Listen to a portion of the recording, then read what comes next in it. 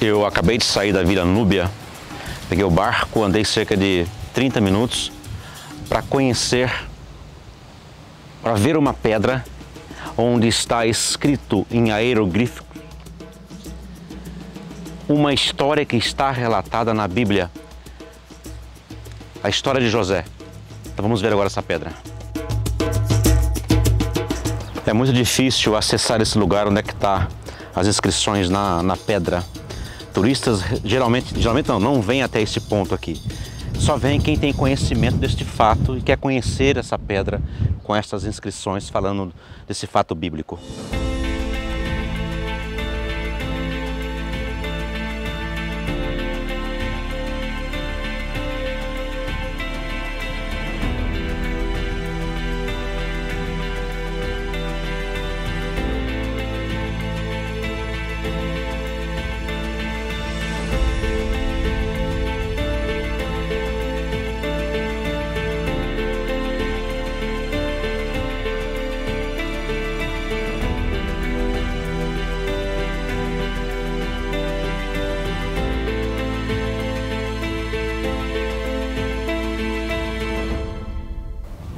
Cheguei no lugar que eu queria, depois de subir esse penhasco todo aqui, que é esta pedra. E esta pedra, ela conta uma história bíblica, a história de José. José, como todos sabemos, foi vendido pelos seus irmãos para uns mercadores que vieram para o Egito. No Egito ele foi revendido para Potifar, que era o chefe da guarda do faraó. E por um suposto assédio à mulher de Potifar, José foi parar na cadeia. E na cadeia ele interpretou o sonho do copeiro e do padeiro do rei. E também interpretou o sonho do faraó, que o sonho teve um faraó de vacas magras, vacas gordas, enfim, aquele sonho que o faraó teve, e José deu a interpretação, que seria 7 anos de fartura e 7 anos de seca. O faraó gostou tanto da interpretação que foi colocar José para ser o ministro da agricultura do Egito, entre aspas, né? E ele aconselhou o faraó a plantar nos 7 anos de fartura, para que na época de seca tivesse alimentos. Pois bem, esta história está relatada aqui nessa pedra, que é do ano de 1450 a.C. Está relatada nessa pedra. E aqui fala de uma tristeza enorme que abateu-se sobre os egípcios, em especial aqui de Núbia. Aqui uma história triste que está contando nesses aeroglíficos, inclusive, que os velhos morriam de fome, os jovens caíam, as crianças choravam, eles abraçavam a terra, mas a terra não dava alimento, não produzia. Essa pedra conta exatamente a mesma história de José. Já foi traduzido isso aqui para o inglês e eu tive acesso a essa tradução, é uma tradução bem longa, mas o cerne, o contexto do texto é justamente sobre a história de José, os 7 anos de fartura e os 7 anos de seca sobre o Egito.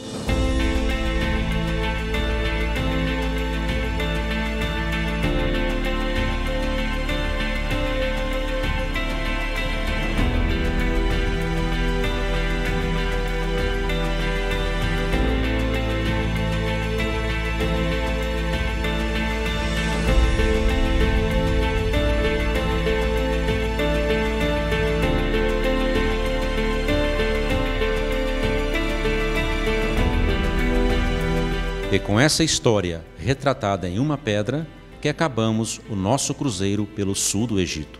Agora, vamos em direção à Península do Sinai para conhecer mais desse surpreendente Egito. Bem, chegamos em Mara, que foi o primeiro ponto de parada do povo hebreus depois que saíram do Egito.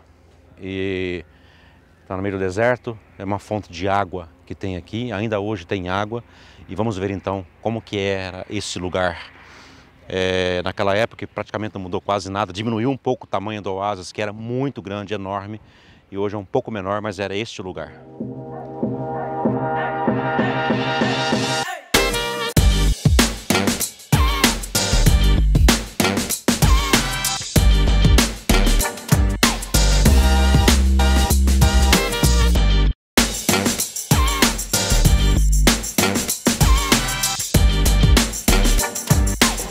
Hoje o lugar é ocupado por beduínos que fazem aqui suas banquinhas para vender coisinhas para turistas. Mas existe aqui ainda dezenas de poços. Claro que o governo hoje fez alvenaria para que ele não caia sobre si mesmo, mas ainda existem os poços de águas até hoje aqui nesse lugar.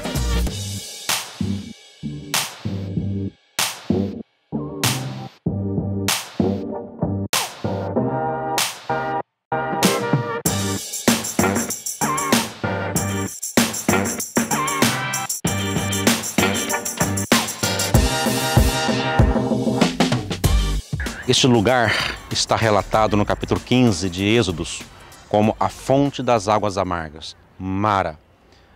O interessante é que ele mantém uma certa rusticidade ainda, porque está longe do Cairo, está já na península do Sinai. E está como a Bíblia fala, que o povo desceu junto ao caminho do mar, e o mar vermelho está aqui ao fundo.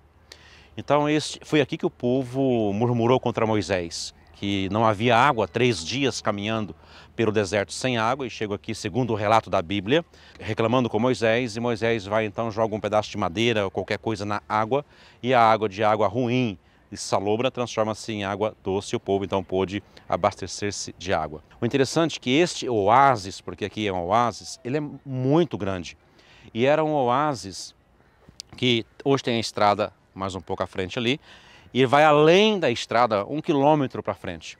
E além aqui para baixo, mais 1 quilômetro, era muito grande.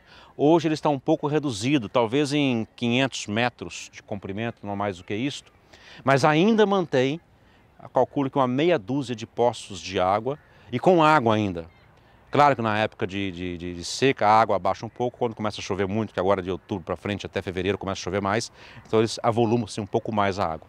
Mas o lugar é este aqui. E é incrível você vir no lugar deste, porque conta uma história antiga, conta uma história de Moisés. Estar pisando no lugar desse é estar andando literalmente pelas páginas da Bíblia, especialmente pelo livro de Êxodos e a peregrinação de Moisés com o povo pelo deserto. Vale a pena visitar um lugar como este.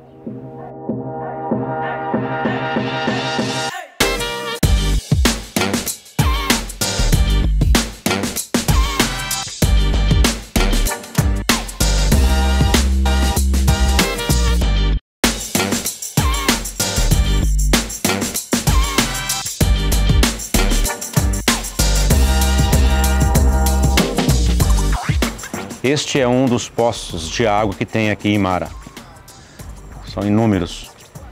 Agora você deve estar perguntando, mas como que pode dizer que este é o lugar que está escrito em Êxodos capítulo 15? Olha, uma fonte no deserto, água no deserto é muito importante. Não se perde uma fonte de água no deserto desde que ela não seca. É como a fonte do profeta Eliseu no deserto da Judéia, em Israel. Está lá até hoje, a fonte do profeta Eliseu, tem este nome, tem água potável naquela fonte até hoje. Aqui é ao contrário disso, não tem água potável, porque já sujou. Aqui tem água, por exemplo, mas já está suja, não utilizam mais dessa água, porque hoje tem água encanada que vem de longe, vem do Cairo. Mas uma fonte no deserto, um oásis deste tamanho que era Mara, e está na rota chamada junto ao mar, que fala na Bíblia, ao caminho do Monte Sinai em direção sul, não se perdeu mais. É muito importante para os beduínos que viveram aqui no passado, e eles estão aqui até hoje, os beduínos estão aqui ainda, com outras atividades, né? Com comércio principalmente, não utilizam mais dessa água, mas a fonte Mara está aqui até hoje.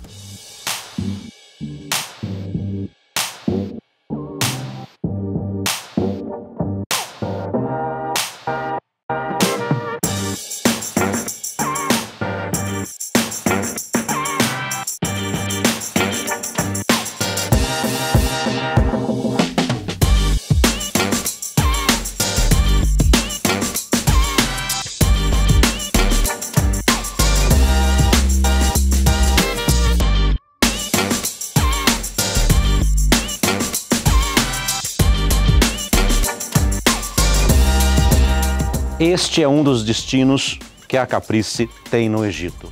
Seja grupo religioso ou grupo não religioso. Também os não religiosos visitam Mara, daqui para o Sinai. Claro que eu tenho um grupo que só faz o Egito, com o cruzeiro no Rio Nilo, mas há grupos que vêm fazer o Cairo, a rota bíblica do Êxodos, Mara, Refidim, Monte Sinai, subida do Monte Sinai, mas não são grupos religiosos. Quem compõe este grupo geralmente são católicos, evangélicos, espíritas, pessoas que não professam nenhuma fé, mas que querem conhecer esses lugares sem o viés religioso. Nós temos este grupo para você. Vamos chegar nesses lugares bíblicos históricos, parar, contar a história do que ali aconteceu, tirar fotografia e seguir para outro ponto. Então, se você tem desejo de uma viagem religiosa, nós temos ela, com padre, enfim, com pastor. Mas se você não deseja uma viagem religiosa, onde vai ter culto, vai ter rezas, vai ter missas, nós também temos a viagem não religiosa para lugares bíblicos antigos. Este é um dos pontos que nós prometemos trazer você para conhecer.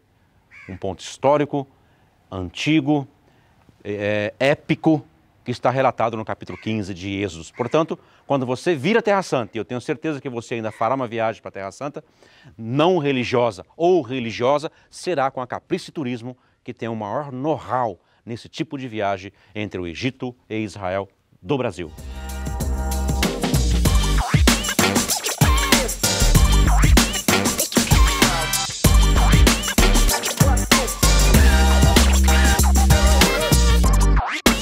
Bem, eu estou aqui agora em Refidim, o local mencionado em Êxodos, no capítulo 17, que fala da famosa batalha de Moisés contra os amalequitas. Moisés subiu num lugar alto para orar, para que eles vencessem a batalha. Enquanto ele estava orando com os braços estendidos, o povo vencia a batalha. Quando ele cansava e abaixava seus braços, o povo ia perdendo. Mas aí e Arão vêm e sustentam os braços de Moisés e assim o povo venceu a batalha aqui contra os amalequitas. Assim fala no capítulo 17 de Êxodos, ou seja, a batalha contra os amalequitas. Então aqui também é possível ver algumas cavernas, como estamos vendo ali, que eram habitadas por monges e eremitas cristãos já antes do ano 300, ou seja, antes do imperador Constantino, antes da rainha Helena, porque muitos falam que o Monte Sinai foi escolhido pelo imperador Constantino para ser o Monte Sinai. Na realidade não é verdade isto. Isso aqui já era ocupado, né? Há cavernas como esta em toda a Refidim, que eram a moradia dos monges eremitas cristãos antes do ano 300. É mais uma prova cabal de que o lugar que Moisés trouxe o povo, realmente, Mara, outros lugares, Refidim, até chegar ao Monte Sinai um pouco mais à frente. A peregrina Etéria, em 380, ela esteve aqui também peregrinando e ela escreveu no seu livro Itinerário sobre este lugar aqui.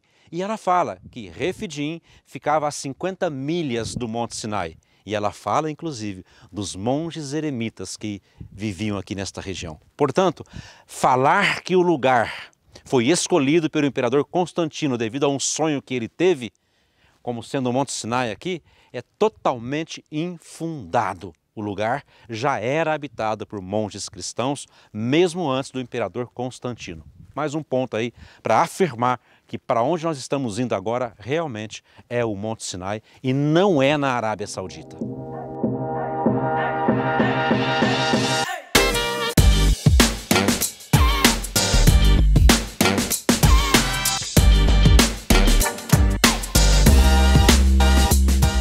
Viaje pelo mundo.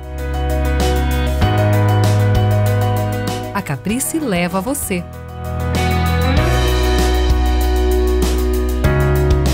Acesse o site, conheça as próximas saídas e faça parte de um dos grupos.